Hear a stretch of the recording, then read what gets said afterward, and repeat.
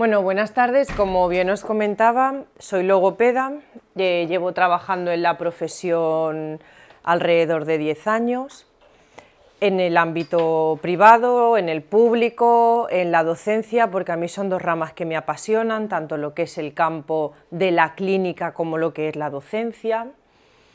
Y como os comentaba, ahora estoy también inmersa en llevar la dirección de los TFGs de la Universidad de Torrelavega, de Cantabria. Algo que me hace mucha ilusión y que es muy interesante. Yo ya había llevado en el plan antiguo de la Universidad de Valencia y también en los TFGs, ¿no? Ahora del nuevo plan de estudio, y sobre todo por lo que me gusta y por lo que me apasionaba también dar este seminario, era porque yo creo mucho en la observación. Yo creo mucho en la observación, en ver qué nos puede beneficiar. Siempre doy un pequeño consejo, si lo podemos llamar así, y es que uno tiene que tener un gran marco teórico valiéndose de una bibliografía, pero luego tenemos que ser capaces de poder ir sustrayendo información que a nosotros nos pueda ir viniendo bien en nuestro ámbito de trabajo, porque muchas veces los libros nos dicen muchas cosas, pero igual exactamente no lo voy a poder adecuar a el ámbito en el que estamos. ¿Sí o no? ¿Os pasa? ¿Estáis trabajando muchas aquí ya? ¿No? ¿Estáis estudiando? ¿Y qué estáis estudiando actualmente? ¿Qué es? No, yo trabajando. ¿Dónde estás trabajando? Estoy trabajando en un colegio de maestra de audición y lenguaje. Fenomenal. ¿Y todos los que estáis estudiando, qué estáis estudiando ahora? Bueno, yo inicié un máster, el máster de daño neurológico. Ah, fenomenal. ¿Y las demás? O... Máster en neurorehabilitación. Daño neurológico. Vale. Nos veremos entonces este año también, ¿eh?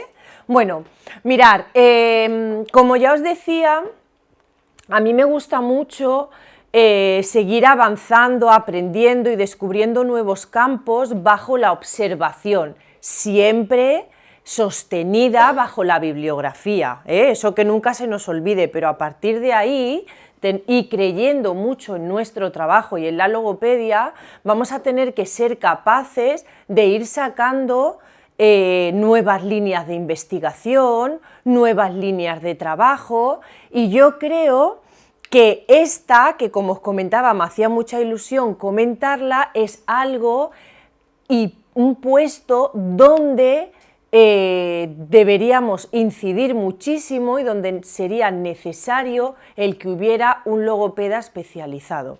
¿Por qué?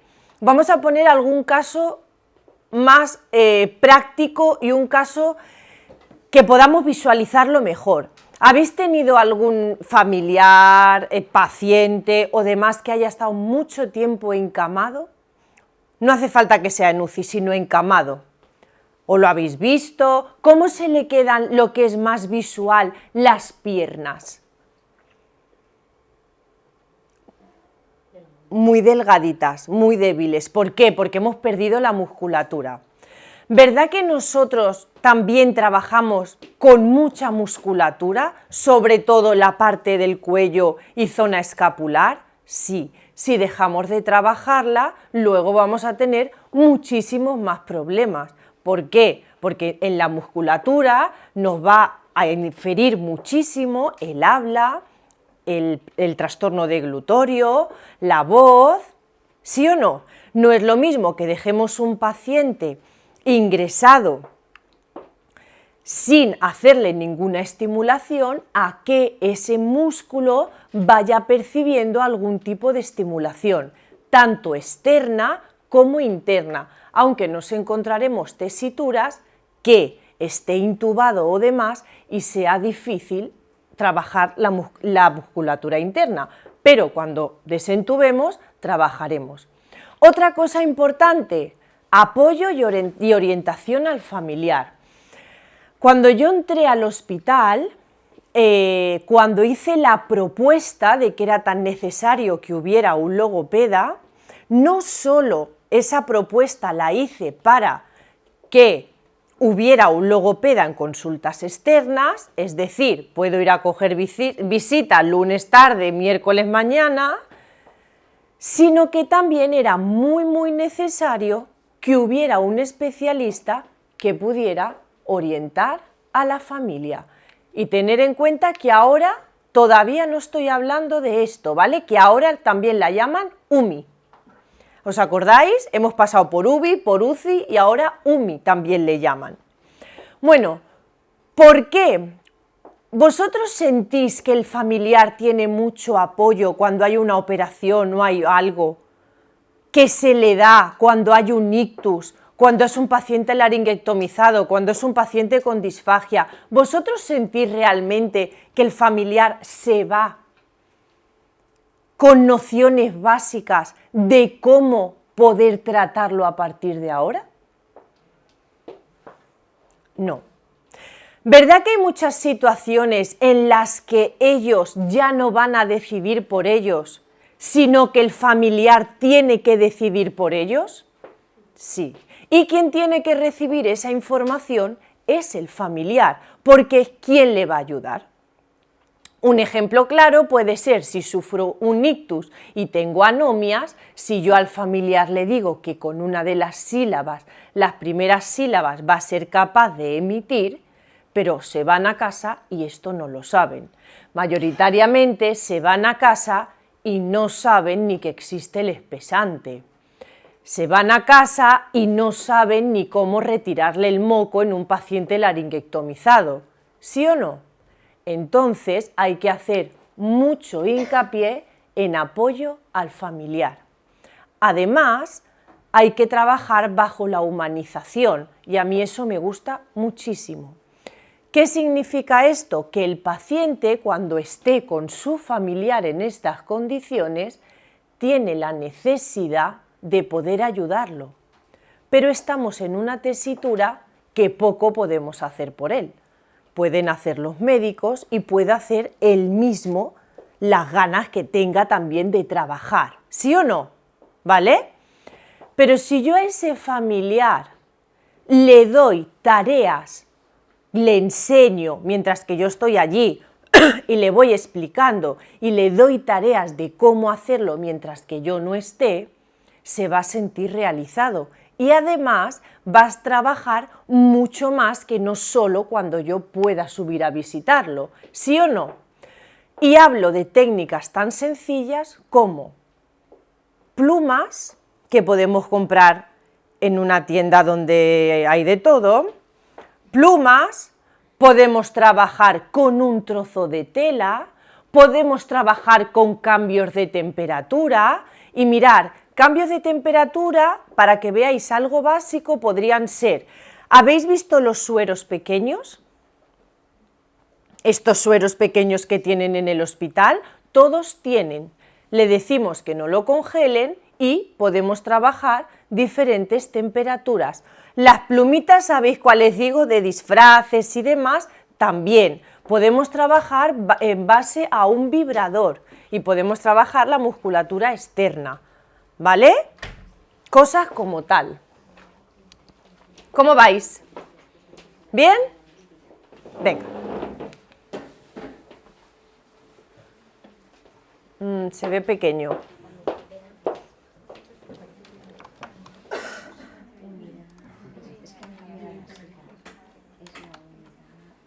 Esperar, no hay problema, vamos a modificarlo.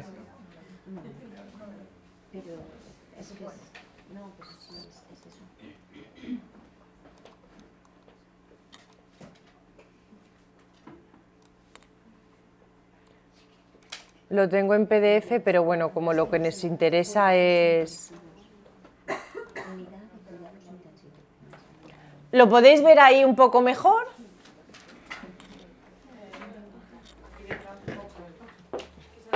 Si apagamos la luz no puede ser, ¿verdad? Claro, bueno.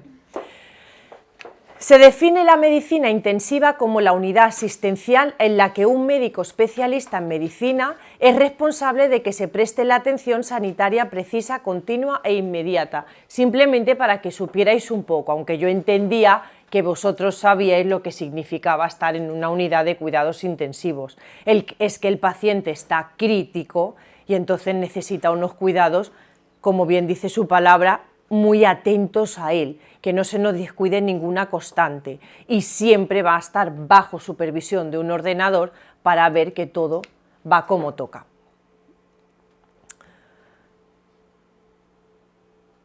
Fenomenal.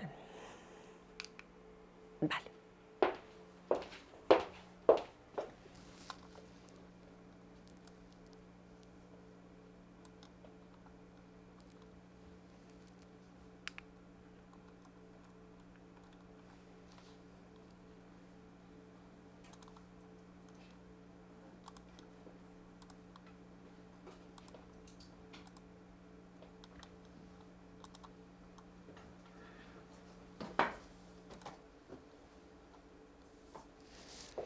Pero claro, para poder trabajar en una unidad de estas, no podemos lanzarnos a trabajar sin más.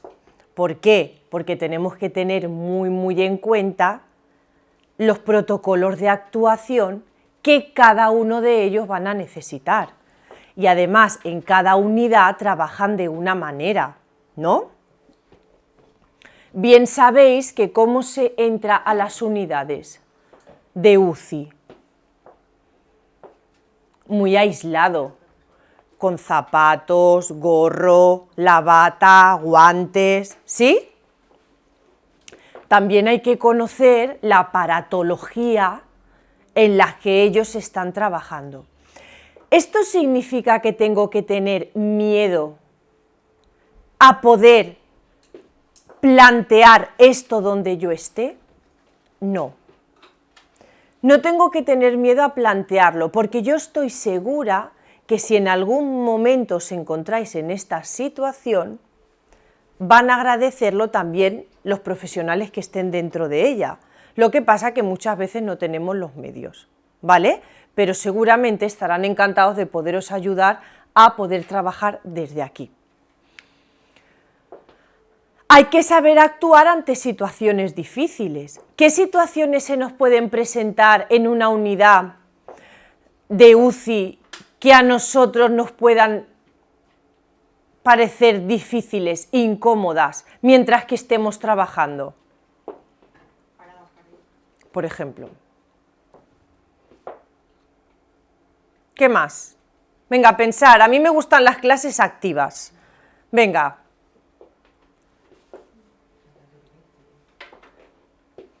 ¿Qué? Por ejemplo. ¿Qué más? Un atragantamiento. Un atragantamiento no creo, porque no hacen ingestas, sino, ¿sabes? No hacen ingestas si no está bien controlado. No lo creo. Y si podría ser con la saliva, pero vamos, muy pocas veces, ¿sabes? Es el tema de la saliva. O, claro, es que... Todos los que están en UCI están en tu área. No. Pero es verdad que eso lo llevan de forma muy rigurosa y normalmente no hacen ingestas hasta que no van a planta, en muy raras ocasiones.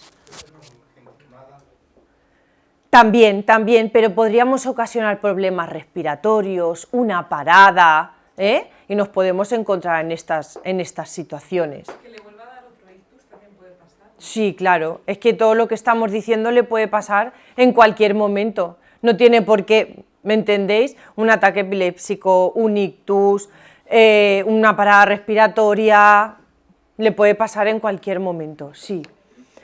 Y claro, ahí hay que saber actuar, porque vosotros creéis que tendréis esa sangre fría de saber qué hacer. Poneros en la situación. Llamar al médico porque nuestra función también llega hasta cierto límite, ¿no? No, claro, yo no estoy hablando de nuestra función, pero digo que si sabríais qué hacer, vosotros. ¿Sí? ¿Tendréis esa sangre fría así de...? Bueno, yo tengo sangre fría, pero por ejemplo el otro día en consulta una señora mayor se desvaneció. Y yo, en fin, yo tengo sangre fría, pero esas cosas se imponen, ¿eh? O sea, ahora parece muy fácil el llamo al médico y el tal, pero cuando la señora se desvaneció te quedas un poco y nada, era como pues una baja de tensión o algo, no fue nada más. ¿Qué situación tiene el paciente a tratar? Pues, por ejemplo, hay que considerar cuántas intubaciones tiene, cuánta aparatología tiene enganchada, ¿vale? Si está su capacidad respiratoria, su capacidad pulmonar, cómo la tiene, cómo la encuentra, si hablamos, por ejemplo, de un paciente que está quemado, hasta qué punto. Hay que saber hasta dónde se puede llegar a tratar. Comunicación directa con el médico internista y el equipo de enfermería. Mirar, tanto aquí como en cualquiera de las áreas de la logopedia, hay que trabajar en un equipo multidisciplinar. Cuando yo trabajo, el enfermero siempre está conmigo, o el auxiliar. ¿Por qué? Porque tiene que ir recogiendo todo el moco que crea, y todo el moco que crea ya cuando no está intubado, aquí en la parte ya justo a la hora de tragar, el velo del paladar, al finalizar toda la parte de la lengua. Para poder trabajar le tiene que ir recogiendo todo el moco y tiene que ir aspirando. ¿Por qué? Porque es un paciente que está inmovilizado, que ha perdido mucha masa muscular, que le cuesta mucho articular, entonces crea muchísimo moco, ¿vale? De la propia medicación que le están poniendo, y como no habla tampoco, se crea mucho moco. Y familiarizarse con la jerga profesional de la unidad de UCI, porque ellos utilizan una jerga relacionada con esa unidad. No es lo mismo, si yo estoy en trauma, pues o en otorrino, pues hay que relacionarse, ¿no?, con esa jerga. ¿Cómo vais? ¿Bien? ¿Cosas a preguntar? ¿Dudas?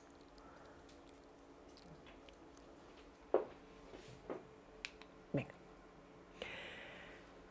¿En qué patologías creéis que podremos intervenir en un paciente ingresado en unidad de cuidados intensivos? Nosotros, los logopedas, ¿en qué patologías creéis que vamos a tener que intervenir y que sería necesario que nos llamaran, que nos reclamaran? Cáncer. Por ejemplo. ¿Y de qué tipo? Claro, hay muchos. Un ictus. ELA o síndrome de Miller-Fisher, que me he encontrado un caso de estos en los que no pueden ni comunicar. Pero estamos hablando de la unidad de unión. Sí, claro, por supuesto. O sea, ya nada más para saber, o sea, saber cómo se siente, porque no puede comunicar nada, ni comer, ni nada, y está todo intubado. Es así, súper fuertes. Y ahora voy a hacer una pregunta, ¿vale? Ese paciente está en un momento terminal, está en una recuperación, porque también hay que plantearse si un paciente está de modo terminal, si vamos a actuar. Y esta es la realidad. Yo soy muy realista trabajando, ¿eh? ¿Creéis que valdría la pena actuar? Sí. Si es un paciente que... Da igual, o sea, los de ELA, por ejemplo, cuando ya están en fases terminales, quizás es cuando más necesitan también. O sea, Pero y a nivel de logopedia, yo trabajo con mucho paciente con él, ¿a qué harías con ellos? pero independientemente de que esté terminal, o sea... No, que yo no te estoy discutiendo que no, te estoy pidiendo el qué harías con ellos. Ah, vale. Pues, a ver, yo siempre quizás no voy tan... O sea, la disfagia, por supuesto. Sí. Y aspectos comunicativos siempre. y escucharme un paciente con ELA terminal con disfagia, ¿creéis que hay muchos haciendo ingesta por boca? Entonces ahí que trabajaríamos. Ya os he dicho que a mí me encanta haceros pensar, que habléis, que sea comunicativo, es cómo vamos a aprender, ¿vale? Esto lo tenemos en cualquier sitio, pero yo quiero que comuniquemos, venga. Yo soy de la opinión de que hay que llegar hasta el último momento sin poner la peg. Hasta el último momento de que ese paciente pueda disfrutar de los placeres de la vida. Y los placeres de la vida cuando uno está malito es comer, poder ir al aseo por sí solo, poderse asear por sí solo, esos son los placeres de la vida. Cuando en un ELA estoy en una etapa ya muy terminal, ¿vamos a poder hacer algo por ellos? Seguimos, ¿el qué? La he pillado contigo, ¿eh? Esto es que Yo trabajo con muchos de ellos. todo lo que tiene que llevar y estaba la enfermera constantemente limpiando. No, la enfermera no, el logopeda. Ah, perdón. La logopeda pues estaba sobre todo para aspectos comunicativos, porque ella es consciente de lo que le está pasando, no es como una enfermedad que Total, y que utiliza... no sé, por ejemplo, que no sea consciente, ¿no? Entonces, pues ella quería comunicar, pues llevaban no me acuerdo. Un pictograma. No, era otro programa que se trabaja con los ojos. Muy bien. Y, pues, Un sistema alternativo a la comunicación, que a mí yo también los trabajo. Además, ahora tenemos la suerte de que inclusive hay apps que son gratuitas. Mirar, me contaba una señora de Parkinson, su cuidadora, porque al fin y al cabo las personas que los cuidan, los familiares que pasan más tiempo con ellos, son los que siempre nos van a dar mucha información. Por eso, cuando ponemos apoyo al familiar, nos va a dar mucha información también ellos, y de ellos vamos a aprender mucho y vamos a adaptar las terapias. Aquellas que en la bibliografía nos lo ponen muy bien, pero que en realidad luego nosotros, bajo ese conocimiento que tenemos que saber y leer mucho, pero luego ser capaces de adaptarlo, ¿vale? Entonces me contaba esta señora que esa señora había sufrido malos tratos y entonces le habían ocasionado un daño cerebral. Crearon un sistema alternativo a la comunicación, la señora no dotaba de poder dominar un ordenador, una tablet o simplemente unos pictogramas, ¿vale? Era una señora, pues bueno, que no era de esta época, sin más, sería la mejor en otras cosas, pero no en cosas de esta época. Entonces crearon un sistema de comunicación pestañeando. Tantas veces pestañeaba significaba una letra. Con su cuidadora se llegaban a comunicar a la perfección. Así que imaginaros, yo los sistemas aumentativos y alternativos de la comunicación también los utilizo muchísimo. Pero es verdad que hay cosas que van a ser mucho más primarias. Además, ¿contamos con muchos logopedas en hospitales? No. Si tenemos la suerte de que esto se pueda hacer, vamos a hacerlo en eso o en cosas más primarias. En más primarias, a eso casi ni llegamos. Si tenemos el apoyo del familiar, sí que podemos llegar a darle los típicos pictogramas con diferentes dibujos y que cada uno se dediquen a una cosa, ¿no? Pues unos se van a dedicar a la comida, a comunicarse, a saludos y demás. Y a partir de ahí que él sí que entienda a intercambiar unos con otros, pero seguramente nos dedicaríamos a otras cosas, ¿vale? Más ejemplos, venga.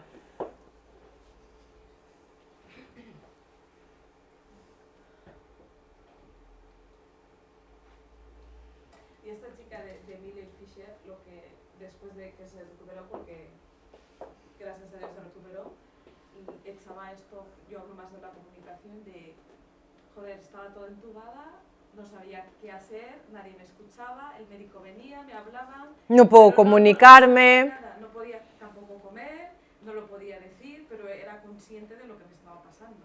Y estaba pues mucho tiempo, muchísimo tiempo. Claro, por eso son tan importantes también los sistemas aumentativos y alternativos de la comunicación, que los tenemos súper olvidados. ¿Alguien de aquí los trabaja bastante, los sistemas aumentativos y alternativos de la comunicación? ¿Sí? Fenomenal. ¿Con qué tipos de sistemas aumentativos y alternativos de la comunicación trabajas? Con los PECs. Con los PECs, muy bien. Más adaptado a niños, ¿no? Muy bien. Si con un ictus, por ejemplo, ¿qué cosas podríamos trabajar? Tanto a él como a su familiar. ¿Cómo le iríamos preparando al familiar y al paciente para cuando saliera de esa situación? Para que aprendáis tenéis que poneros en situaciones, no tener vergüenza, preguntar, decir. Imaginaros un paciente con un ictus, está ingresado, ya lleva ingresado mes y medio. ¿Cómo trabajaríamos con él? ¿Cómo haríamos para que no perdiera la tonicidad de la cara? ¿Cómo haríamos para que no perdiera la musculatura de la cara, que luego no nos afectara tanto a la hora de hablar, de la voz, de la disfagia, de la expresión? ¿Qué haríamos? ¿Cómo podríamos trabajar con ellos? ¿Qué podríamos hablar con el familiar? ¿Qué orientaciones daríamos? ¿Qué orientaciones daríamos a nuestros compañeros enfermeros? ¿Qué orientaciones daríamos a nuestros compañeros fisios?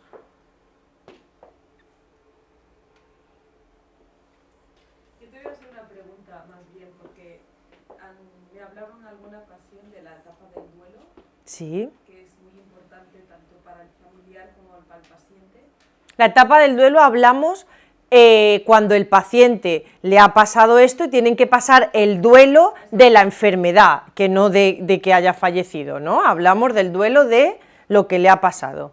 Bajo mi punto de vista, nosotros, bueno, por lo menos en la universidad, o sea, porque no te dan pautas, creo, suficientes para poder, ni tú saber cómo enfrentarte a esta etapa, a esta pérdida que va a tener el paciente, ¿no? Y que quizás no sepamos manejar adecuadamente, ya partiendo de ahí. Yo creo que eso es bastante sencillo, porque a ti cuando te pasan la pauta de que tienes que subir a valorar a un paciente, tú vas a valorar las anamnesis, o sea, tú vas a pasar como una anamnesis. Si él no te puede contestar, te va a contestar el familiar y vamos a coger la historia clínica del paciente y vamos a ver qué ha ocurrido, dónde ha sufrido el ictus, ¿no? Y qué secuelas a nivel perceptivo, a nivel de escáner y demás tenemos. A partir de ahí intentaremos ir verificando si porque verdad que a veces el TAC pone una cosa y cuando el paciente se comunica es otra. ¿Verdad que nos vienen diagnósticos que decimos, pues este paciente va a reaccionar así o así, o va a tener tal hándicap o lo que sea? Y luego, en realidad, cuando viene el paciente, empezamos a comunicarnos con él, empezamos a hablar con él, esto cambia y decimos, uy, me ha sorprendido, ¿no?, para el diagnóstico que a mí me han pasado.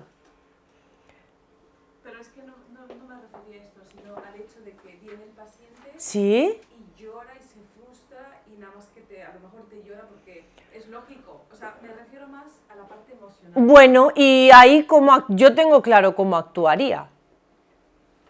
Lógicamente te vas a deprimir más, pero... No, pero yo tengo claro cómo actuaría. Muchas veces el paciente necesita que lo escuchen, simplemente. Y por eso necesita que lo escuches y necesita ver que estás viendo que está llorando. Necesita ver que entiendes cómo se siente. Necesita que le expliques qué le está pasando. Porque le explican por qué ha perdido el habla. Le explican cómo la va a recuperar. ¿Le explican por qué tiene esa musculatura así? En la mayoría de los casos, no. Y yo no estoy diciendo que no trabajen con los mejores médicos del mundo. Yo no estoy diciendo eso. Serán unos fieras en ese campo. Pero por falta de tiempo o por lo que sea, yo te diagnostico a su marido, padre, pareja X, le ha pasado esto, pero te vas a casa con esto. Y por eso yo defiendo tanto el apoyo al familiar. Y imaginaros ese señor que llora, llora y llora, y su mujer tampoco sabe el por qué actúa así, no sabe comunicarse, se pone nerviosa porque antes le entendía y ahora no lo entiende, intenta decir algo y su respuesta es ta, o es muy reiterativo, siempre con 2 o 3 palabras. Por eso, igual, la mejor terapia y la mejor sesión que le puede venir a ese hombre es ver que hay una persona que lo escucha, que hay una persona que realmente le está explicando lo que le pasa, le va a explicar cómo vamos a intentar recuperarlo, que hay vías para poder recuperarlo, que no será fácil y que no sabemos hasta cuál va a ser nuestro alcance de recuperación, pero que vamos a poner todo el empeño para que esa recuperación sea lo más globalizada posible. Pero no tengáis miedo a perder 10 o 15 minutos de la sesión intentando comprender al paciente, aunque esa comprensión solo sea apoyándole o dándole la mano. Luego aquí hay otra cosa, y me viene bien este comentario. Yo huyo totalmente de un profesional que no es capaz de hacer un gesto, un dar la mano, un sensibilizarse. Yo creo que nosotros trabajamos en una profesión donde hay que ser sensibles, donde hay que ser humanos, donde hay que ser comprensivos, donde hay que tener paciencia. Paciencia. ¿Cuántas veces sentís que no tenéis más paciencia? Muchas. Ser claros, muchas. Porque quiero que las cosas vayan más rápido, porque no encuentro los resultados que quiero, y muchas veces no depende de todo lo bien que yo lo haga. También depende de cómo su cuerpo reaccione. ¿Es así o no es así? Y tenéis esa sensación de desesperar. Imaginaros un familiar que tiene una relación directa y quiere que a todas se recupere. Y no tengo ninguna herramienta. Y me han mandado a casa con mi familiar sin ninguna pauta. Se va a quedar así, ya no voy a poder hablar con él. ¿Qué le doy de comer? Porque claro... Y luego ya sabéis, si pido una visita, ¿a cuánto me la dan? ¿Me entendéis? Venga, más cosas, más situaciones.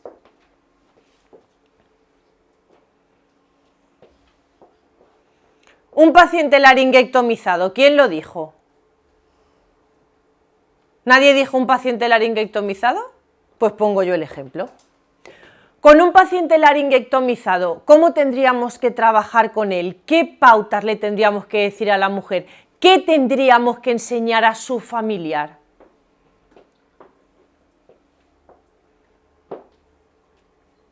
La cánula. Normalmente yo no estoy con un familiar mío que tenga una cánula. Yo no estoy con un familiar mío que tenga que limpiarle la cánula. Yo no estoy con un familiar mío que se le llene de moco. ¿O no? ¿Qué más? Cuando es un paciente traqueotomizado, en muchas de las ocasiones ese paciente va a ser paciente con disfagia. Sí, sí. Si no, ¿cómo? ¿Ese paciente va a poder hablar por boca? ¿Con voz hablada? No hablo. ¿Qué le va a pasar a esa musculatura? perder.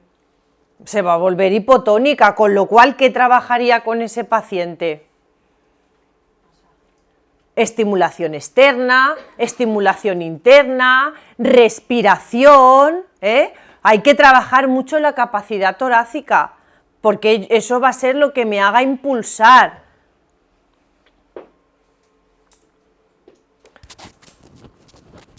Y en concreto en UCI, ¿en qué patologías podremos intervenir? Podremos intervenir en cualquier patología donde el paciente vaya a estar o esté ingresado mucho tiempo, ¿vale? Venga, ¿cómo vais? Os veo ahí un poco, ¿no? ¿O qué? Vale. ¿Quién debe solicitar nuestros servicios para una unidad de UCI? A ¿nosotros de quién dependemos? ¿Lo sabéis? Depende de dónde estés. Si estás en un área de daño cerebral, normalmente es el médico rehabilitador el jefe, ¿no? de todos. Con lo cual, Pero la UCI la comparte, ¿no? Normalmente. Y para que venga a llamar al logopeda, ¿quién nos tiene que pedir la ayuda? quizás sea el familiar, ¿no? No. Antes lo has dicho muy bien. El médico rehabilitador. Vale, pues que estaba pensando. El médico rehabilitador, el médico internista le pasará la petición y él será quien nos haga llegar como diciendo necesita de tus servicios, ¿vale? Ves, sube y hazle una valoración. Entonces ese es en el momento en el que tienes que un poco coger su historia clínica, ver cómo puedes entrar, porque muchas veces, pues bueno, con que te pongas los zapatos, te pongas guantes muchas veces con los zapatos y los guantes te vale, otras veces tienes que entrar con los zapatos, la bata, los guantes y la mascarilla. Perdón, el gorro también hay que llevarlo siempre por el pelo. ¿El qué? ¿Qué comentabais? Me preguntaba, ¿Qué especialidad tiene que tener el médico rehabilitador? La especialidad es médico rehabilitador. yo en el caso de niños, a mí me los manda el foniatra. El foniatra es quien los remite al logopeda. No, pero hablamos de la UCI. Por eso te digo, Claro, pero hablamos de esta en concreto. Un otorrino también podría ser al operar un cáncer de el laringe. otorrino, Sí, pero como lo deriva a la unidad de cuidados intensivos, entonces es el médico internista quien te lo deriva, aunque él tenga conexión directa con el otorrino. Claro. ¿Vale?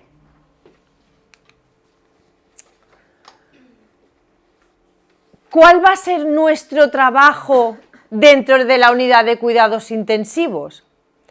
Pues como ya dije anteriormente, vamos a tener que diferenciar a la hora de plantear un tratamiento si va a ser un paciente intubado o no está intubado. Porque si es un paciente que está intubado, todavía, ¿cómo vamos a trabajar con él? ¿Qué vamos a poder trabajar con él?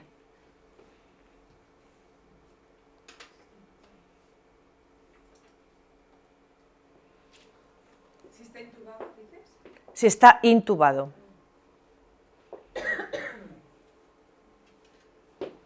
nivel de estimulación, Muy bien. intubado puedes trabajar igual. A nivel de estimulación, ¿cómo?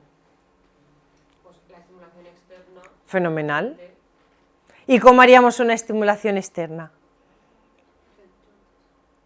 Lo que he dicho antes, ¿y qué más cosas? Venga, a discurrir.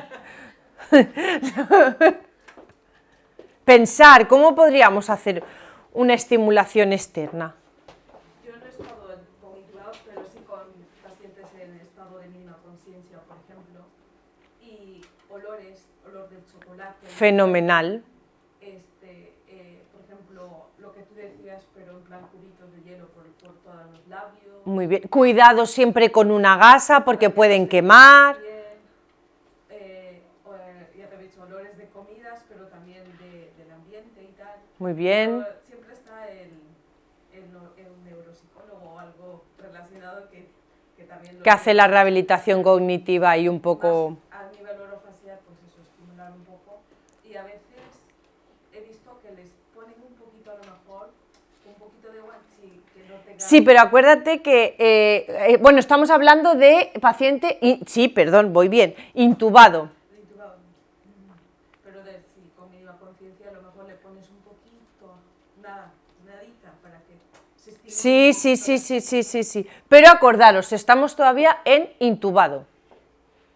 Y podemos trabajar muchas cosas. A nivel... Aquí os puse una pista. La musicoterapia, por ejemplo, le podemos poner música relajante. Sería aconsejable ponérsela siempre las mismas horas del día, relacionándolo con algo, por ejemplo, con la visita de su familiar, siempre haciendo las cosas de una manera paulatina y constante. ¿Qué más cosas? Venga, ¿cómo podríamos hacer más estimulación externa? Una cosa, ¿se puede poner tape? Sí, claro, por supuesto. Lo que pasa se puede poner, pero imagínatelo, tiene muchísimos cables, muchísimo... Mientras que está intubado es difícil. Pero sí, yo también lo pongo, claro. Pero es que ahí lo tenemos un poco difícil, ¿eh?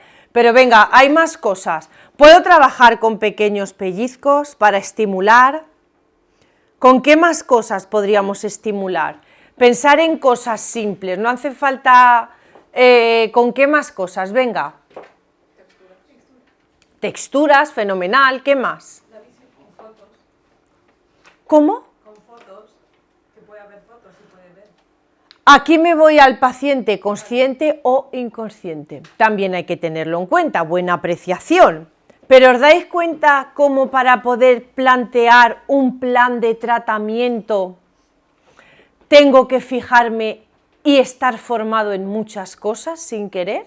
¿Vale? Pero todavía hemos dicho, venga, pellizcos, hemos dicho frío y calor. Mentira, eso lo he dicho yo. ¿Ves? Ya se me ha escapado. Hemos dicho, ¿qué más? ¿Qué más? ¿Qué más hemos dicho? Venga. Es que esa sería una intervención a nivel multisensorial, intentando utilizar los sentidos, ¿Y cómo haríamos eso? pues en plan lo que estáis diciendo, en el plano de la sencillez, cualquier pelota que dé un tipo de textura. Fenomenal. Cualquier- Adaptándola siempre al pequeño tramo de cara que le queda, ¿eh? Descubierto. Cara y cuello, zona escapular, esa zona acordaros de siempre trabajarla. Suelo de la lengua, súper importante. Venga, masajes, fenomenal, que eso no lo habíamos dicho, con diferentes presiones, ¿vale?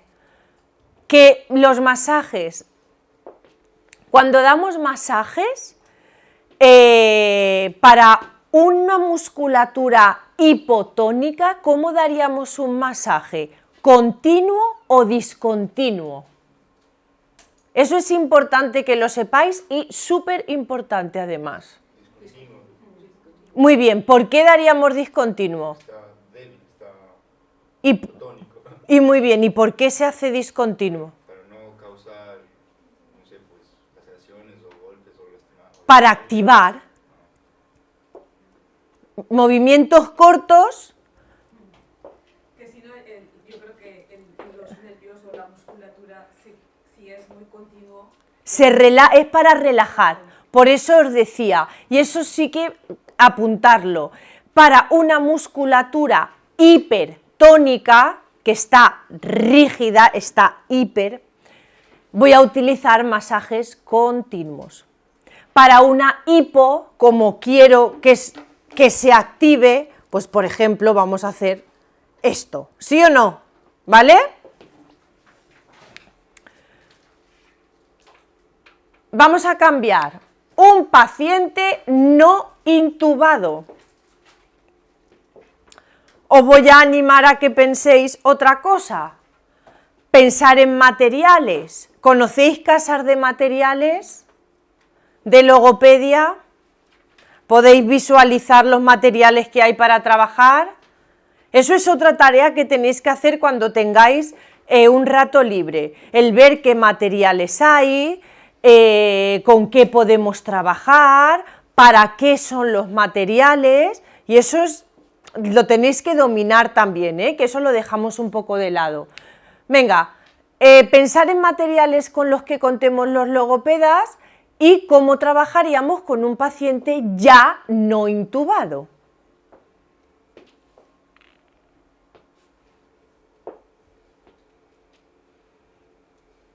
Si no está intubado, ¿dónde podremos trabajar también? ¿Dónde tendremos campo de trabajo? Muy bien. De la parte interna de la cavidad oral. ¿Vale? En la parte interna, ahí ya puedo empezar a actuar la lengua, las encías, velo del paladar, las mejillas. ¿Cómo trabajaríamos todo eso? Venga. Vibrador. Fenomenal. ¿Y qué vibradores tenemos que van muy bien en logopedia? O por lo menos a mí personalmente me encantan. Que son pequeños. Muy bien. Muy bien. El Z-Vibe. ¿Vale? Que es súper interesante, tiene diferentes cabezales, inclusive tiene uno que lo puedo tener en el congelador, tiene como una perla que se congela, ¿vale? ¿Cómo podríamos trabajar la cavidad oral sin un Z-Vibe, ya sin material, solo con nosotros mismos? ¿Cómo podríamos trabajarla de una forma sencilla? ¿Con guante? ¿Y qué haríamos con un guante? Pues poner algún tipo de estímulo con sabor. Por ejemplo, Ver si no tiene alergias, por ejemplo, a algún alimento, Nutella. por ejemplo, pero para eso nosotros, ¿os habéis dado cuenta que yo en diversas ocasiones he repetido, leo la historia clínica, leo la historia clínica, leo la historia clínica? Un cardiólogo es como se pone a leer su historia clínica. Un traumatólogo. Nosotros también necesitamos leer la historia clínica por muchas cosas, entre otras cosas las intolerancias. ¿O me equivoco? No, y más si voy a trabajar con alimentos y demás. La compañera decía con un guante, pero y además sin poner ningún alimento. Puedo trabajar presiones, ¿vale? ¿Conocéis también el dedal este que tiene diferentes rugosidades? También ese es para trabajar la cavidad intraoral, ¿vale?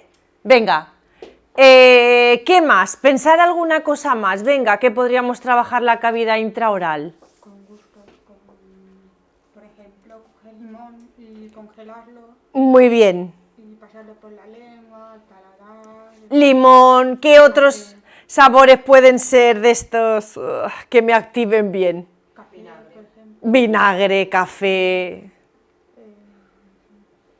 traguitos así de menta, de mentol. Hay que hacerlos un poco de rabiar también, están aburridillos allí. Luego hay que tener algo muy presente. Y es que, como bien comentábamos, con una pequeña incisión es si es un paciente consciente o inconsciente. Porque si tengo un paciente consciente, va a ser capaz de seguirme, ¿sí o no? Va a seguir mis órdenes, porque no significa que esté intubado, que no esté consciente, ¿vale?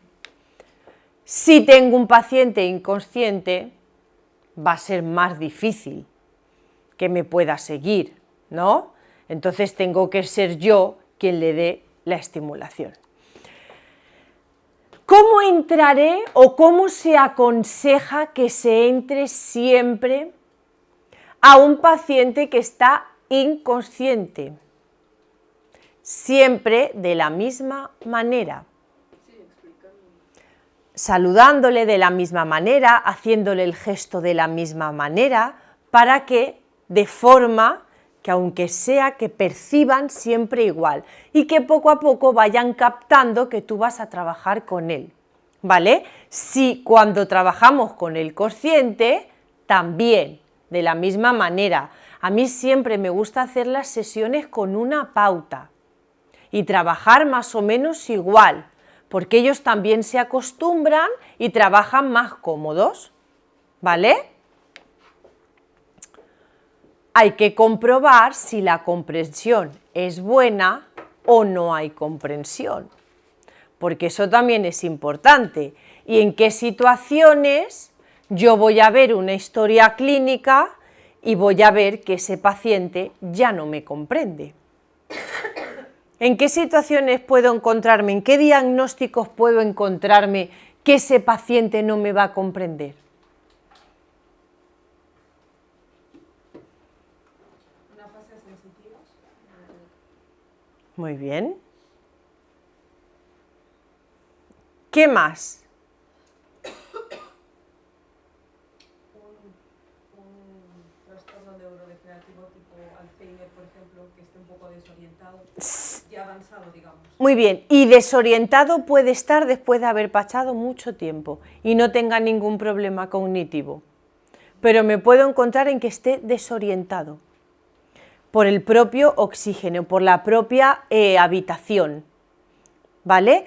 Entonces, como yo os decía, es muy interesante que lleguemos. Señora Juana, ya estamos a jueves, un poco, una forma cómoda, no tan pautada, sino que sea natural. Señora Juana, ya estamos a jueves, ¿cómo ha pasado el tiempo? Ya estamos a mitad mañana. De alguna manera tú le estás situando en el momento del día en el que estamos. ¿Qué tal?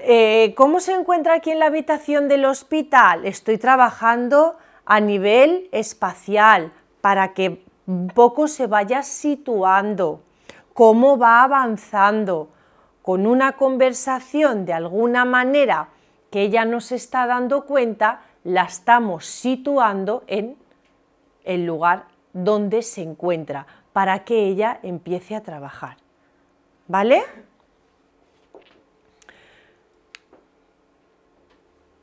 Luego hay otra cosa, que esté colaborador o que no esté colaborador. Porque yo puedo tener muchas ganas de trabajar con él. De hecho, a mí me encanta mi profesión y siempre tengo ganas de trabajar con ellos. Pero otra cosa es la situación en la que se encuentre el paciente. Y si no está colaborador, ¿vamos a ganar mucho? Si el familiar no está colaborador, ¿vamos a ganar mucho? Porque la gran parte y la gran carga de la recuperación de un paciente con afasia neurodegenerativa, laringuectomizado, disfágico, ¿quién tiene una carga importante en la recuperación? La familia y su entorno. Y cómo sean capaces de llevarlo. ¿Me estoy explicando? Con lo cual, ¿será conveniente el trabajo de una psicóloga de apoyo? En un principio, todos nos creemos que somos fuertes. Cuando estamos en el hospital de alguna manera pienso, es un periodo transitorio, estoy en el hospital, cuando lleguemos a casa, normal, porque normalmente hemos ido al hospital, nos han recuperado, y atentos a esta frase, me han recuperado, me han puesto a tono, con unas condiciones óptimas y me han mandado a casa, ¿sí o no? Pero ahora, ¿qué pasa? Me han mandado a casa, pero mis condiciones son ¿cómo? No como las que yo esperaba irme a casa, porque igual me voy a casa siendo un paciente laringuectomizado, igual me voy a casa sin poderme comunicar, igual me voy a casa sin poder ingerir las comidas que yo hacía anteriormente, igual me voy a casa sin comprender lo que está pasando en mi exterior, con lo cual cuando yo me planto en la realidad digo, ¿qué está pasando? Tenía de apoyo mi familiar que me ayudaba a muchas cosas, éramos un equipo y eso se ha perdido. Hay que volver a construir esa unidad y hay que volver a hacer ese engranaje. ¿Sí o no? ¿Vale? Estado de ánimo del paciente y estado de ánimo de la familia, como os comentaba. Súper importante. ¿Vosotros notáis cuando el familiar es colaborador y su entorno a cuando no lo es? Sí, ¿no? Lo tenéis que notar un montón. ¿Y cómo avanzan los tratamientos si los familiares son colaboradores? Y mucho más rápidos, ¿o no? Dentro de una línea de mi investigación con las chicas de Cantabria es esa, comparar cómo avanza un tratamiento con ayuda del entorno y familiar y comparar un grupo que no tiene esa ayuda o que no tiene esa motivación, porque si mi familia no está motivada y no me ayuda, difícilmente yo voy a hacerlo. Y hay muchas familias que prefieren, voy a ser un poco dura en ese aspecto, quedarse en la situación de confort de no pelear. Y ahí soy dura, porque no hay que dejarse, yo con ellos soy así de dura. Y luego lo agradecen. Pero hay que pelear porque algo seguro vamos a recuperar. Siempre siendo sinceros, pero algo seguro siempre vamos a recuperar. Como no vamos a recuperar es si no hacemos nada. ¿Estáis de acuerdo conmigo, no? Si no se hace nada, sí que no voy a recuperar. Si yo voy a la habitación y me siento allí, no hablo contigo, no me comunico, no te expreso una sonrisa, ¿así vamos a ganar algo? No. Mientras que estamos trabajando, ganamos muchas cosas, pero entre ellas, ¿sabéis cuál es la más importante? La relación y que no estoy pensando en otra cosa. Estoy trabajando, estoy ejecutando algo con el enfermo que tengo enfrente y no estoy pensando porque la mente es bastante malvada. Pero yo quiero decir una cosa, pero también es fundamental por eso, o sea, porque se supone que el que sabe somos nosotros, no los no la familia, porque tampoco saben enfrentarse. Creo que muchas veces es fundamental que las sesiones o donde vayamos a trabajar esté también el familiar, no en todas, pero en las que consideremos, porque creo que estamos muy acostumbrados, me incluyo, a que pues yo estoy con el paciente y el familiar pues espera afuera y ya veremos, ¿no? Entonces, ¿os acordáis que yo dije al inicio que yo le enseño mientras que yo estoy trabajando? Y además le explico el por qué hago eso. Y quiero que entienda el por qué se hace y el qué queremos recuperar, el qué queremos conseguir. A mí no me importa que se quede el familiar, pero ni cuando estoy trabajando una terapia normal. Es que no me importa para nada. Sí me importa cuando el familiar distrae, porque hay veces que distraen. Entonces no nos interesa, porque el tiempo nos lo está gastando en contarnos otra cosa o el paciente se distrae. O él se ve presionado porque quiere demostrar cosas a la otra persona. ¿Eso es así o no es así? Y entonces lo que es interesante es enseñar el ejercicio. Yo lo que hago muchísimo es trabajo con ellos y cuando, por ejemplo, faltan 10 minutos, hago que pase, afianzo lo que hemos hecho y también lo aprende el familiar. ¿Vale? Venga, ¿cómo vamos de tiempo? Vale. ¿Cuáles van a ser nuestros campos de actuación?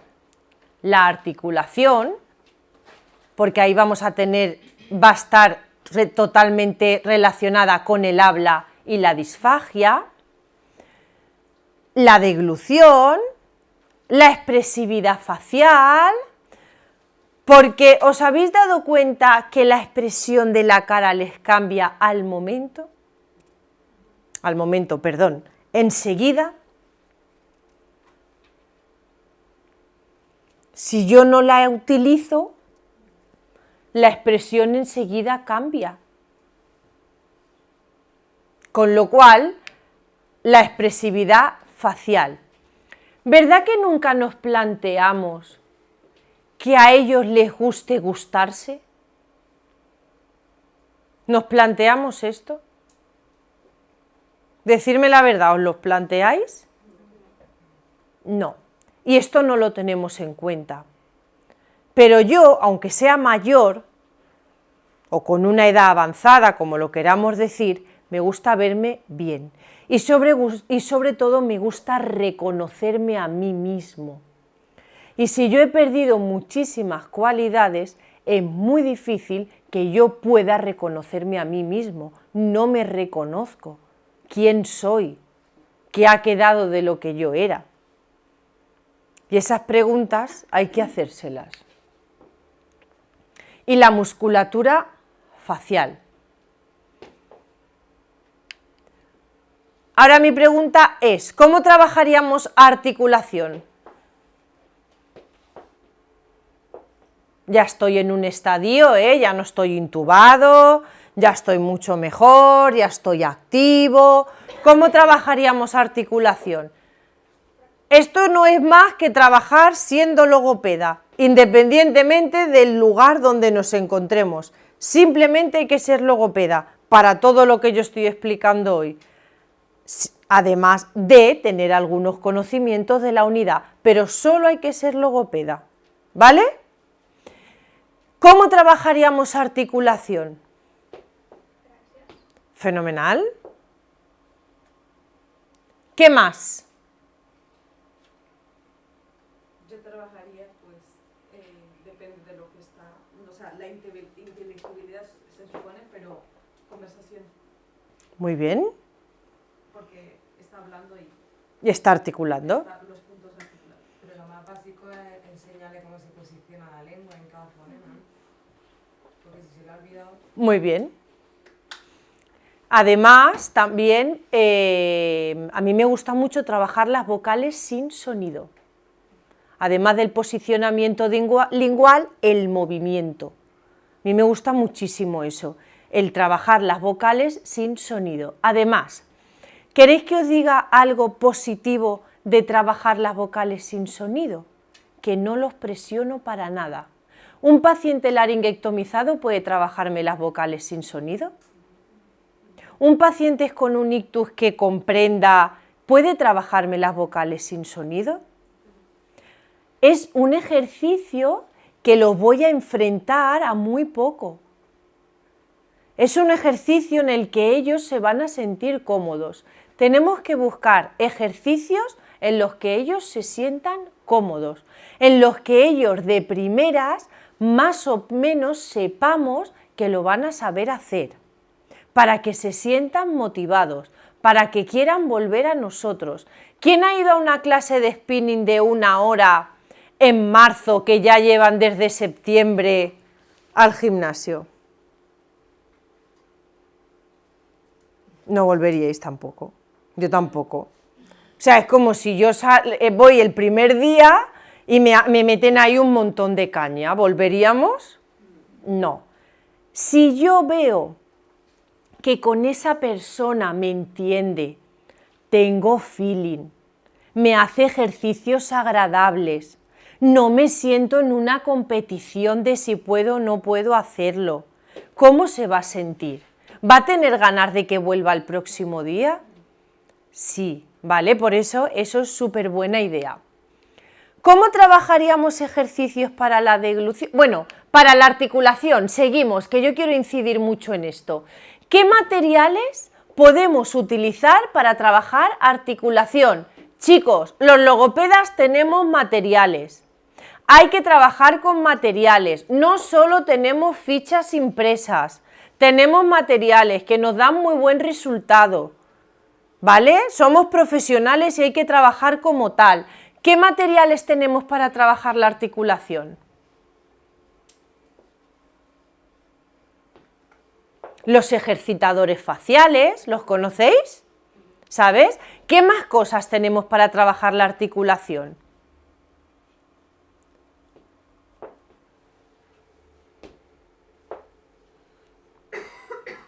Mirar, un apunte.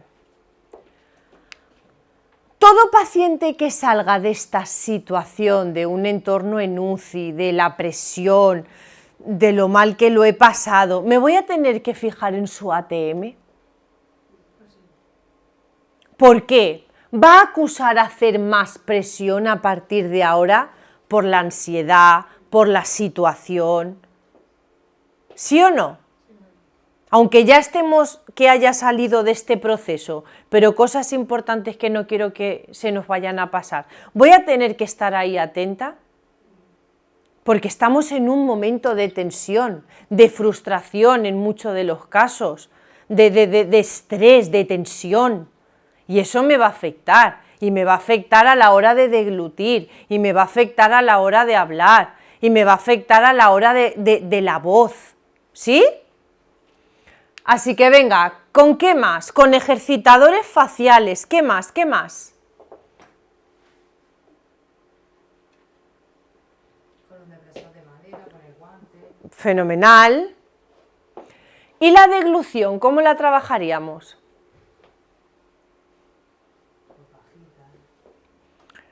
¿Con pajita para qué? Para favorecer el movimiento de absorción, para fortalecer. ¿Qué más? Dependiendo de... Iba a decir de dónde se produce la discapacidad, porque hay muchos ejercicios también. Claro. Por ejemplo, ¿cómo se llama este que te acuestas y tiene que levantar el cuello? Es que ahora no me viene el nombre. A mí No, tampoco. da igual, ejercicios, no solo praxias. Ejercicios específicos de... Pero quiero que me los digáis. No me viene. Ah, otro. Ese que digo yo, entiendo yo que será para fortalecer el cuello, claro, el movimientos elevatorios para fortalecer lo que es la musculatura del cuello. Ejercicios de compensación, inclinar la cabeza hacia el lado lesionado o dependiendo de dónde sea. Pero esos serían mecanismos de defensa, ¿vale? Esos serían mecanismos de defensa. ¿Cómo tendríamos que hacer la deglución para no tener un problema? Pero me refiero a ejercicios en sí, en los campos de actuación nuestros. Mi intención aquí, lo que quiero que veáis, es que en este campo actuaríamos igual que si estuviéramos fuera. Y por eso quiero que no tengáis miedo y que saquéis cómo trabajaríais. Es exactamente igual, solo que tomando alguna precaución que si trabajáramos en consulta externa. Por ejemplo, ¿cómo iniciaríamos el tema de la deglución? ¿Qué haríamos primeramente que nada para comprobar si ese paciente ha tenido algún daño? Pasarle un MEC. Muy bien, pasarle un MEC. ¿Qué más? Además de pasarle el MEC, cuando yo hago una prueba para valorar qué hago, qué compruebo. La saturación. Por ejemplo, también, muy bien, con el MEC tiene que estar siempre la saturación presente. ¿Qué más? El estado de la musculatura. Fenomenal, súper importante el estado de la musculatura. ¿Qué más? El peso. Pues ya ha bajado de... Aquí estamos encamados, aquí estamos, acordaros, aquí estamos encamados. Pero sí, vamos a comprobar, muy bien, vamos a preguntar si ha perdido mucho peso, si no, ¿vale? Una vez hemos comprobado esto, ¿cómo empezaremos a actuar con ellos? ¿Cómo empezaremos a actuar? ¿Cómo vamos a empezar a ingerir? Pues modificando la dieta, dependiendo de los resultados. Dependiendo de los resultados. Imaginaros que tiene una disfagia, ¿cómo? ¿Cómo queréis poner? ¿Orofaringia o esofágica? Orofaringia, porque la esofágica no tenemos nosotros. Venga. Tendríamos que trabajar, por ejemplo, y dependería mucho de nosotros, capacidad pulmonar, por reflejo tusígeno y demás. ¿Qué más? ¿Qué más? ¿Cómo trabajaríamos la expresividad facial? con emociones. ¿Y cómo trabajaríamos las emociones? Con imágenes. Con imágenes, fenomenal. ¿Y qué imágenes captaríais para ello? Las 7 emociones básicas, ¿no? Alegría, tristeza, etc. Un role-playing, por ejemplo. ¿Qué harías? Imagínate que estás triste, ¿qué cara me pones? Por ejemplo. Y esto sería un buen ejercicio para trabajar con el familiar, con fotos, situaciones, que nos cuenten algo divertido, cuando fueron de viaje a tal sitio, ¿eh? Y la musculatura facial, además de la articulación, ¿cómo la trabajaríamos? Que ya lo hemos dicho muchas veces, pero a ver si soy capaz de sacaros más cosas. Tengo un grupo poco hablador, ¿eh? Aquí no saco yo ni una palabra, ¿eh? Lo estoy intentando, pero no. Ya la hora. Un paciente yo que tenía que era diséptico y no podía ir a articular, queríamos que trabajara aparte también un poco la relación. Pues hay unas cosas que llaman chewing gum o algo así, pero no teníamos... Los chewi. No teníamos así que chicles. Con cuidado de que si tenía disfagia y tal, chicle ahí a determinadas horas con el familiar. Pues mirar, hay unos tubos, le llaman tubos, ¿no? De colores. Eso es. Hay unos tubos de colores, además tienen diferentes resistencias, presiones, que se utilizan para esto. Porque el chicle es peligroso. Lo que pasa es que si No, que puede ser, pero que un recurso más interesante podría ser esto, o simplemente una gasa, que tú puedas sujetarla por el otro lado. Siempre hay que asegurarse de que tú controlas el material, no el paciente. Hay unas pipetas que también van muy bien para eso. ¿Unas qué? Unas pipetas. ¿Y Como de plástico y la pipeta la coges tú por fuera y él mastica, o sea, el paciente mastica la zona de... Yo las tengo, pero como de corcho. Pero no se deshacen, ¿eh? Yo las tengo como de corcho y también las impregno de algún sabor, líquido y demás. Además puedes meter agua y trabajar con temperaturas también. Eso es. ¿cómo se llaman? Pues ahora mismo no.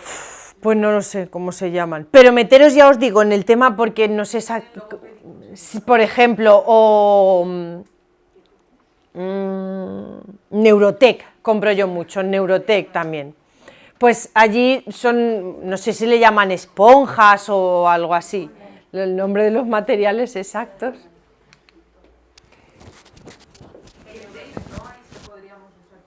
El tape, yo utilizo el tape, la electroestimulación, todas estas terapias. ¿Tenéis formación en tape y electroestimulación? ¿Sí? ¿Dónde lo has hecho? En Valencia y en Madrid. ¿Con Bruno Guimares? Sí, Ah, y con Mariana. ay, Con Mariana. ay, qué bien, te has formado muy bien, muy bien.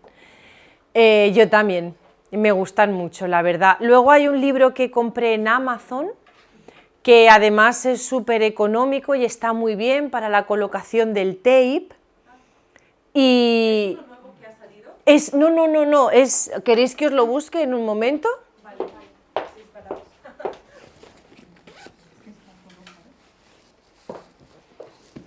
A ver.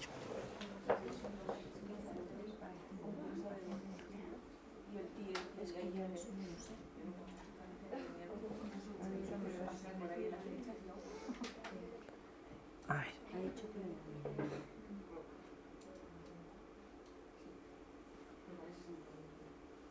No, ese que digo yo no, ¿eh?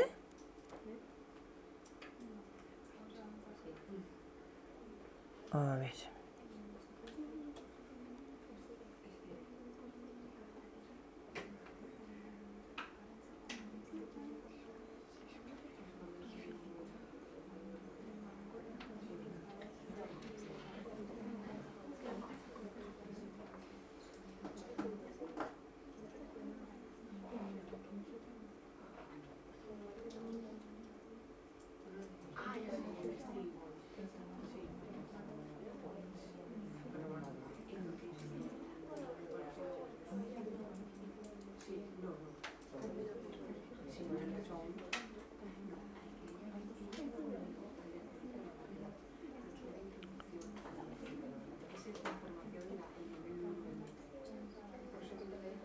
Ahora sabéis que cuando lo busque no lo encontraré, ¿verdad?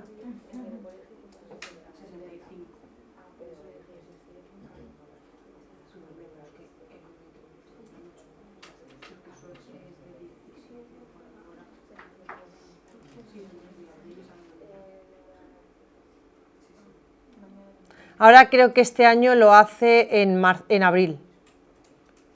Bruno Guimares. Sí, lo hace ahora también. Creo que viene todos los años.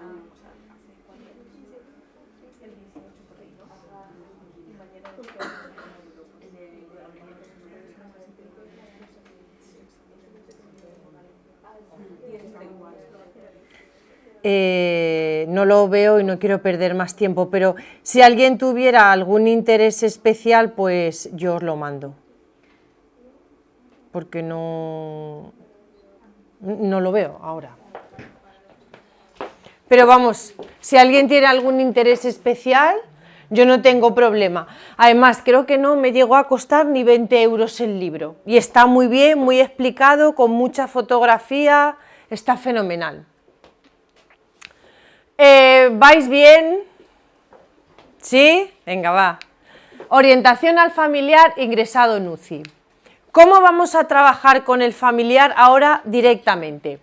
Dar pautas de cómo trabajar con el enfermo, porque entender que ellos nunca se han visto en esa tesitura. Y esto ya lo hemos estado viendo durante este periodo de tiempo. Me voy a encontrar en una situación totalmente nueva, con lo cual yo tengo que instruir al familiar. Tengo que enseñarle, tengo que enseñar a manejar la situación. ¿A vosotras cuando os presentaron el espesante supisteis hacerlo sin ninguna orientación? ¿Verdad que no? Ellos tampoco. Y normalmente cuando soy un paciente oncológico, un paciente con ictus, aunque cada vez son más jóvenes, pero mayoritariamente nos encontramos en una edad avanzada. Hay personas mayores que todavía les cuesta más adecuarse a estas situaciones, con lo cual hay que explicárselo muy bien, con tiempo y reiteradas veces. Hacerlos partícipes de la rehabilitación de su familiar en las horas de visita. Es más, y plantear, si cabe, más horas de visita. Yo estoy en una unidad de cuidados intensivos y lo que quiero es estar con mi familiar. Y en realidad ahora son más, pero antes dejaban media hora. Necesito afecto, necesito cariño, necesito expresar lo que me pasa, necesito que me reconozcas en la situación que estoy ahora, ¿vale? Explicarles y hacerles entender el porqué del nuevo comportamiento de su familiar. Hay que explicárselo. ¿Se lo voy a explicar delante del enfermo? No, no hay necesidad, ¿verdad que no?, de que nos tenga que escuchar. Lo vamos a apartar y se lo vamos a explicar. ¿Qué le ha pasado? ¿Qué secuelas tiene? ¿Cómo vamos a trabajar? Y esto ya lo hemos estado comentando aquí, ¿verdad que sí?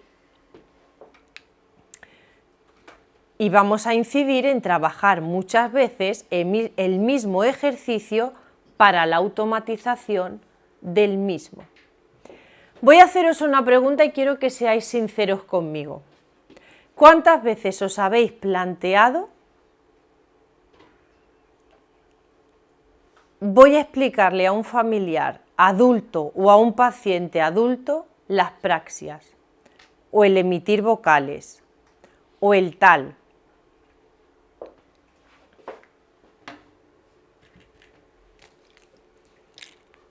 ¿No os habéis planteado muchas veces esto hasta qué punto tiene importancia? Decidme la verdad.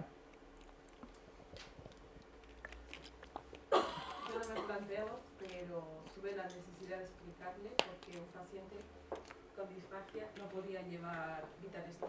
o lo que fuera, electroestimulación. Así que todo era praxias y demás. Así que Pero vosotros, entonces, a la hora de el explicarlo, paciente me dice, ¿y por qué tengo que hacer esto? Porque estaba ya harto. ¿y vosotros le dais la importancia que tiene hacer praxias, a emitir vocales? ¿Le dais la importancia que tiene? Sedme sinceros conmigo.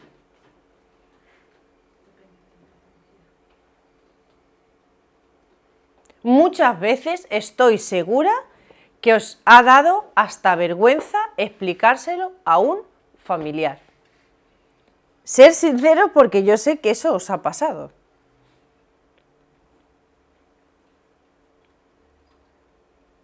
¿Verdad que sí?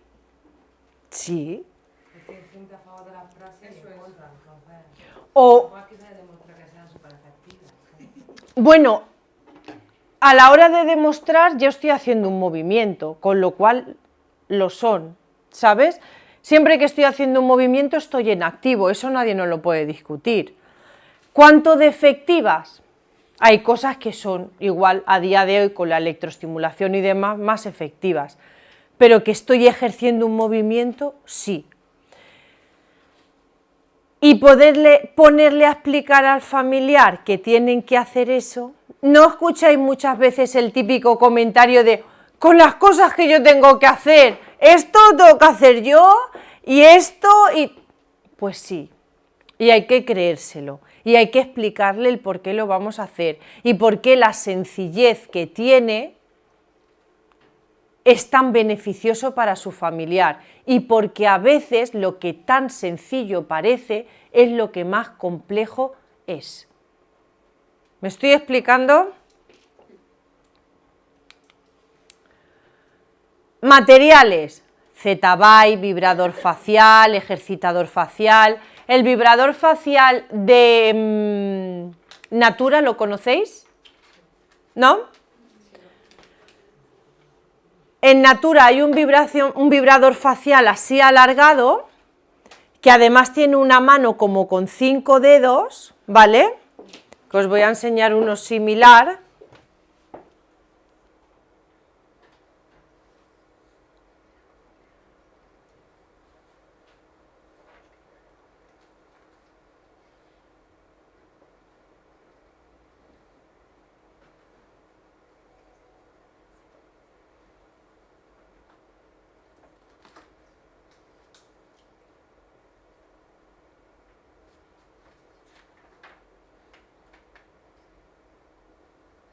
Mirad, este, ¿lo podéis ver? No, ¿no?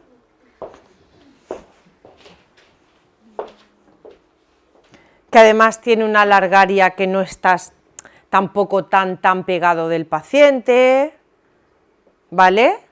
Luego tiene un cabezal con dos rugosidades, es muy típico. Luego le podéis poner tanto el cabezal que tiene 5 como el de 2 rugosidades. Es un vibrador, el Z-Vibe ya sabéis que es más para intraoral, ¿vale? Y este pues... Luego los ejercitadores faciales, que los ejercitadores faciales también sabéis que hay para 2 durezas, es más fuerte y más débil, ¿eh? Los cambios de temperatura... es que ahora ya no hay casas de 20 duros, ¿a que no? Por eso digo yo los chinos, digo, antes me daba un poco así de decirlo, pero yo soy muy fan de las tiendas de los chinos, porque es que puedes encontrar de todo y si os paseáis un ratito por allí encontraréis un montón de materiales para poder trabajar estimulación externa, es que es una maravilla. Antes cuando me puse que digo la tienda no sé qué, eran los chinos. Claro, hay unas plumas largas, ¿vale? Para poder trabajar la estimulación externa. Yo tengo mías largas y luego compro paquetitos pequeños y se la doy al familiar para que puedan trabajarla con ello, ¿vale? Electroestimuladores, que Bruno Guimares nos enseña tanto con el electroestimulador normal, el cuadrado de toda la vida, y luego los larguitos, ¿vale? Y también podemos trabajar pues con diferentes tipos de telas, algodones y demás. Sabores, pues bueno, toda la electroestimulación que ya sabemos. ¿Para qué vamos a trabajar? Pues el Z-Vibe, ¿para qué lo vamos a utilizar? Pues para una estimulación tanto interna y externa. Y luego el cabezal que os decía, que también lo podemos trabajar para temperaturas. A mí también me gusta mucho para trabajar de forma intraoral es los bastoncillos, ¿vale? Con los bastoncillos también te dan mucha vidilla. O lo que comentaba la compañera, que son unas esponjas. Bueno, yo tengo como en esponja que hay unas más cortitas y otras más largas. Pues por ejemplo, si quiero llegar a trabajar velo del paladar, trabajo con la más larga. Tampoco estás encima del paciente y estás más cómoda. Son más cortitas. Si quiero trabajar pues a nivel de encía, mejillas internas y demás. Y eso lo podemos impregnar de sabores, de agua o de chocolate, de lo que queramos.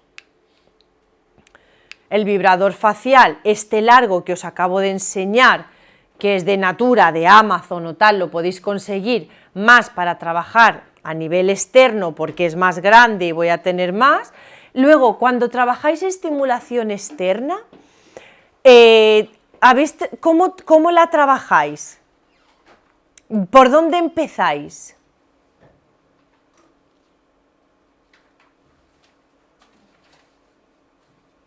¿Por dónde empezáis cuando trabajáis estimulación externa? Siempre de arriba a abajo. ¿Lo sabíais?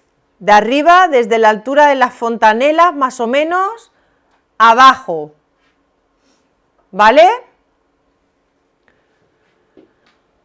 ¿Habéis hecho alguna vez algún masaje de estimulación externa? ¿De estos de la cara? Sí. ¿Sí?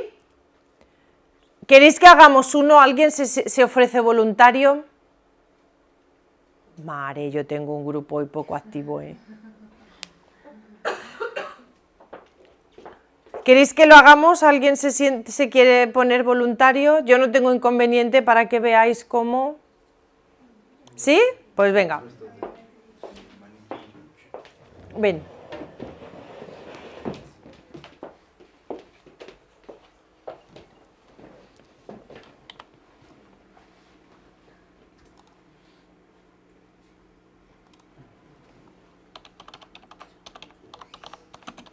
Me encantaría que este gesto que estoy haciendo yo ahora lo hicierais muchísimas veces.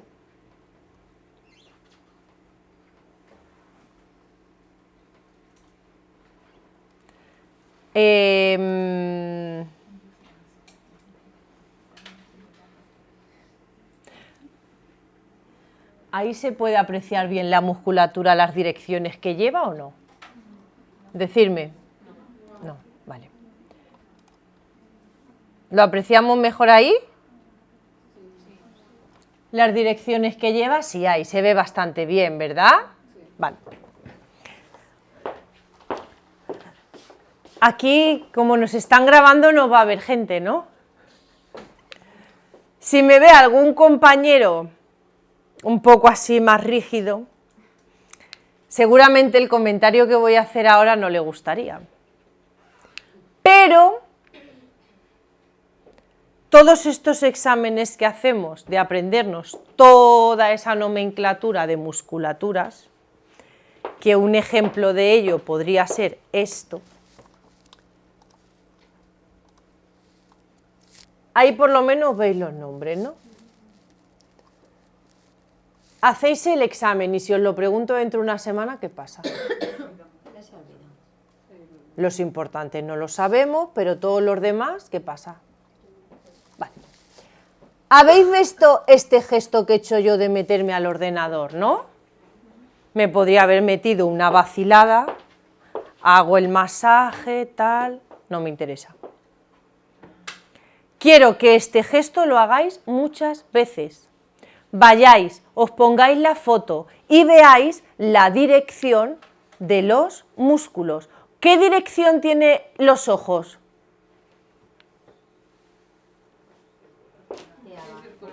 Muy bien, circular, ¿verdad que sí? ¿Qué dirección tiene la musculatura de la frente? En V, ¿sí? ¿Qué dirección tiene esto? ¿Veis? 3. Van a anclar desde el lóbulo inferior de la oreja, comisura del labio, más o menos a mitad. ¿Y la barbilla qué tiene? 2, ¿verdad que sí? ¿Y el orbicular del labio cómo lo tiene? También. ¿Cómo voy a trabajar la musculatura y un masaje? En la orientación del músculo.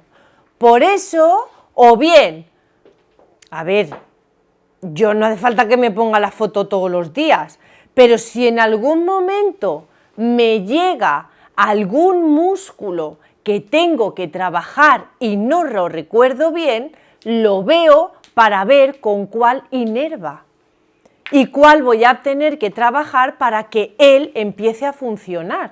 Me pongo mi foto si no tengo una imagen impresa en mi consulta, ¿vale? Y esas cosas hay que hacerlas. O te viene un informe médico que no sabes realmente muy bien qué significa, voy y lo miro.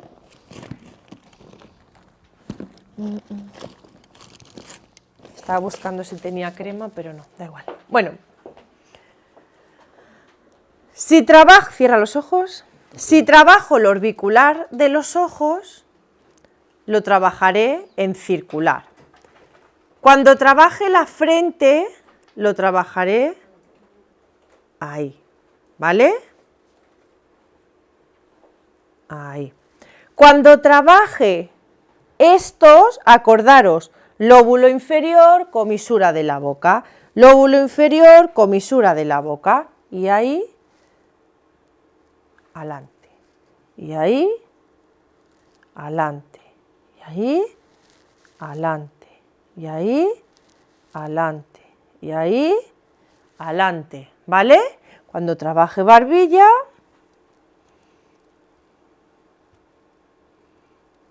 cuando yo lo haga tengo que sentirme cómoda también, tengo que estar cómoda cuando esté trabajando y como os decía, para hacer una integración he de empezar de arriba a abajo, tendría que empezar de aquí más o menos de las fontanelas a ir haciendo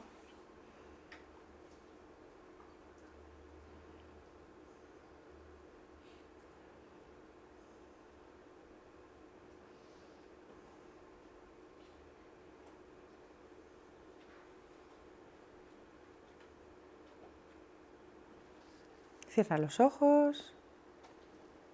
Es que como no tengo espejo ni nada es complejo, ¿eh?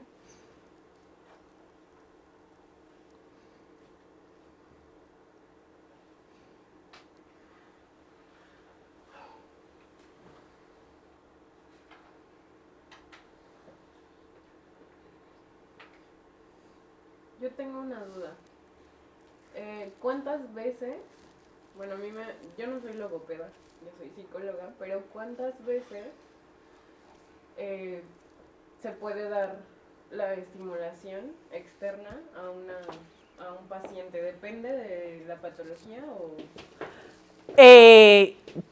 Una estimulación externa, cuantas más mejor, Okay. porque cuantas más lo haga, más veces estimulo. Si tuviera una hiper, ahí sí que lo controlaría más, porque igual la sobrecargo o la estimulo más de lo que desearía. ¿Me he explicado bien?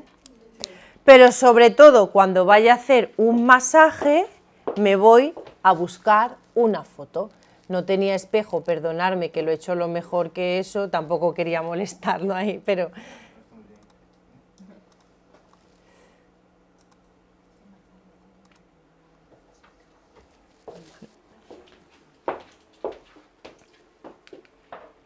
Y mi presentación ha terminado. Así que ahora me gustaría que si me pudierais hacer alguna pregunta o o algo que os gustaría saber, algo que nos ha quedado claro, algo que teníais expectativas en saber y no os lo he podido resolver.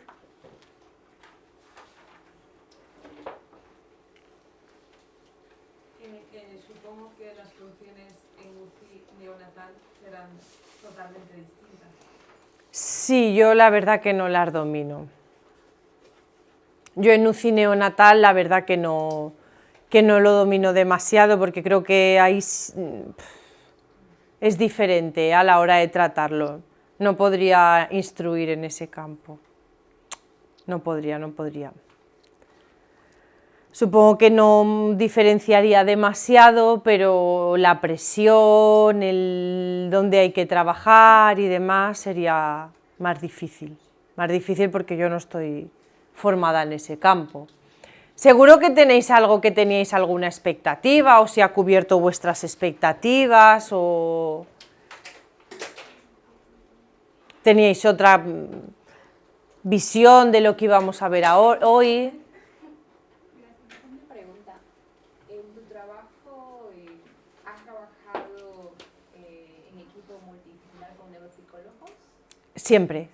¿Y cuál es el trabajo que se diferencia en el papel? Por ejemplo, has dado muchos ejemplos, por lo que yo entiendo, para lo que he visto que hacen los neuropsicólogos.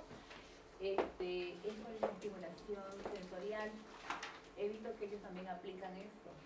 ¿Qué diferencia hay hasta dónde tiene que hacer ese papel el logopeda y el neuropsicólogo? ¿O ambos pueden hacer a la vez?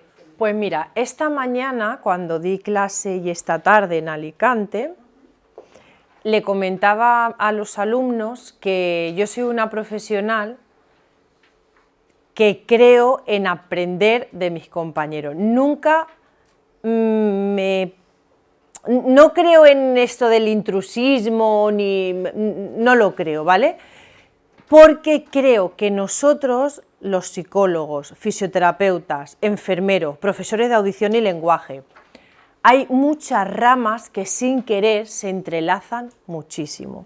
Y el saber diferenciar dónde está la raya es difícil. Lo que sí creo es que la rehabilitación táctil y demás es más perteneciente a los logopedas y la rehabilitación cognitiva pertenece más al neuropsicólogo. No sé si con eso te he podido responder. Yo tengo un máster también en rehabilitación cognitiva, entonces trabajo cosas con ellos de rehabilitación cognitiva, pero sí es verdad que quien tiene la potestad más grande y demás en trabajar rehabilitación cognitiva es el neuropsicólogo. Sí, y cuando hablabas acerca de que el especialista, o bueno, yo entendí de especialista el que va a coordinar el trabajo con el logopeda, lo que pasa es que yo he estado en observación y práctica, estoy en formación de neuropsicología, y he observado en los hospitales que he asistido que está la unidad de neurología que coordina con los logopedas, con el neuropsicólogo y con cada una de las disciplinas, con fisio y en general, hacen una coordinación multidisciplinar, ¿no? Y hay una reunión donde todos coordinan, si hay una medicación que se está haciendo, cómo responde en fisio, cómo responde en cada sesión, de cada... Pero eso será en un centro privado. Exactamente. Eso es. En un centro privado, por ejemplo, en Parkinson Valencia, ¿no?, que yo he estado trabajando durante un tiempo también, sí que es verdad que se crean reuniones con todo el equipo para hablar de los pacientes que estamos trabajando en ese momento. Pero cuando hablamos de un hospital, se trabaja de diferente manera, porque no hacemos reuniones entre nosotros, lo que hacemos es tener una intercomunicación, bien sea con la historia clínica o comunicando o vas a preguntar al profesional, pero reuniones como tal todas las semanas, no. Yo sí que es verdad que si tengo voy, le pregunto y demás, pero reuniones como tal no hacemos. ¿Te he respondido bien? ¿Sí? Sí, en parte. ¿Y qué parte no? No, es que me voy a la primera que te hice. Ah. Entonces tú me decías que el trabajo que tiene que hacer más que todo en la estimulación sensorial son los logopedas. ¿Sí? Yo creo que sí. Vale. Yo creo que sí, porque creo que es los que tienen la formación a nivel de psicología, corregirme si no es así, porque yo solo hice hasta segundo de psicología, creo que ellos el trato y el manejo del paciente a nivel sensorial no lo hacen, o lo hacen. Quedan mis dudas ahí porque Yo creo que no. he visto que habilitan una sala donde hay diferentes espacios, ¿no?, para hacer la rehabilitación sensorial, con olores, tacto, todo lo que tú has hablado, ¿no? Y me parece muy interesante. Es muy interesante, yo creo que ellos podrían trabajarlo en el tema de las sensaciones Todos. y demás. Colores, luces. Color, sí, Cuando están en diferentes etapas. pero lo que es la rehabilitación, el tacto al paciente, el manejar al paciente, creo que ese es un campo que más nos pertenece a nosotros. Pero ya te digo, es que a mí me encanta el poder trabajar entre todos, y igual yo utilizo algo que es más de su campo pero me beneficia en ese momento, y yo creo mucho en eso.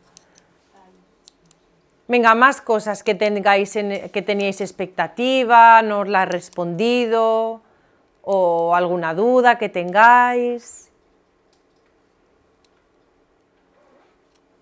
¿Teníais como expectativa de este curso lo que yo he explicado hoy o no? Disculpa, cuando hablabas de trabajo de engranaje, ¿a qué te referías? ¿Cuándo dije eso? ¿Ahora mismo? No. En tu explicación decías que hay que hacer un trabajo de engranaje cuando estabas explicando del paciente colaborador o no colaborador. Que hay que hacer un engranaje perfecto entre tu paciente y tú. Si tú llega un paciente a la consulta y no hay feeling, vamos mal. Y eso a veces pasa. Yo, gracias a Dios, tengo mucho feeling con ellos y bien y tal.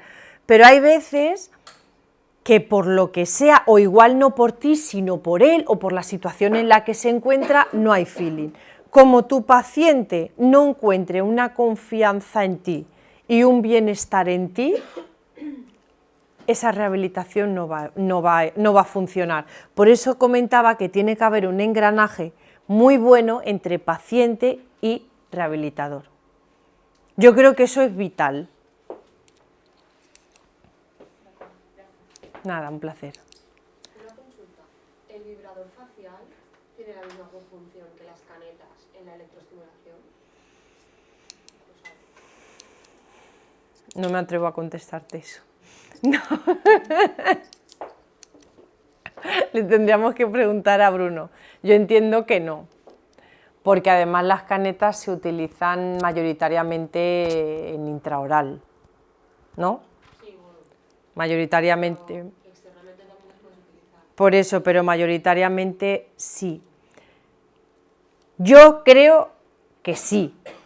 Yo creo que sí, porque es la misma función, darle una estimulación al cuerpo, a la musculatura, pero no sé si habrá algo ahí, ¿sabes?, que tenga alguna diferencia, alguna apreciación, pero es buena pregunta.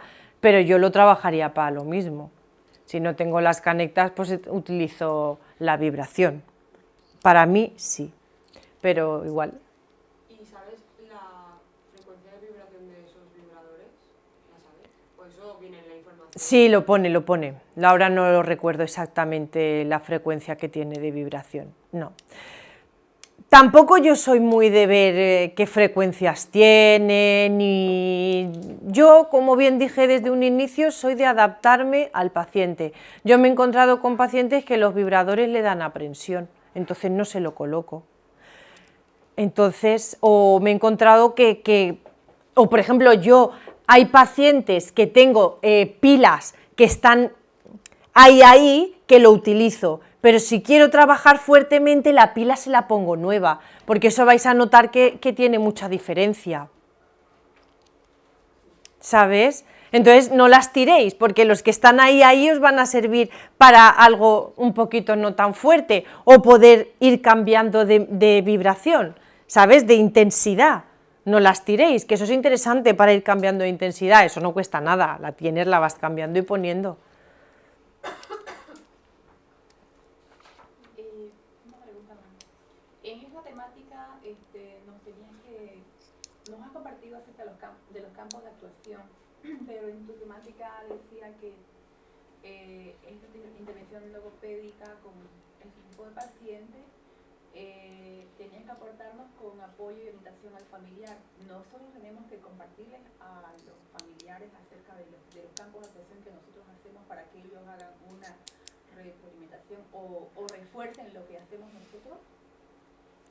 ¿Me lo puedes repetir, por favor, O sea, que me perdí? Lo que has explicado Sí. en los campos de actuación, ¿no? El logopeda, todo lo que nosotros, los logopeda, mejor dicho, realiza en la articulación y todo lo que ya has dicho, para darle, A ver, creo que te voy a responder, ¿me permites? Yo comenté que cuando yo trabajo, el familiar entra para enseñarle, para instruirle cómo tiene que hacerlo él y el por qué tiene que hacerlo. Por eso él también tiene que aprender la forma de hacerlo. No sé si te respondo con eso. Sí. ¿Sabes? Tiene que aprenderlo para cuando él esté solo, hacérselo. Porque así no solo se lo hago yo una vez al día, sino que él se lo puede hacer muchas veces al día. Por eso él entra para aprender. Y luego, si hago cosas nuevas, en una consulta externa normalizada diaria, igual no entra toda la sesión porque lo distrae, pero sí que los últimos 10 minutos o los últimos 5 le hago entrar para enseñar el nuevo ejercicio. Siempre para enseñarle, porque no me voy a nunca a fiar de lo que le pueda enseñar el paciente, porque puede que no lo haya comprendido. Entonces siempre lo enseño por mí. ¿Le contesté? Sí, sí. Eso. ¿Algo más? ¿No? Pues bueno, los que estéis haciendo miofuncional, ¿hay alguien haciendo miofuncional? Pues yo os veré en 2 sesiones, ¿vale? Es muy chulo miofuncional. Y nada, muchas gracias por venir y espero que os haya servido de algo, ¿vale?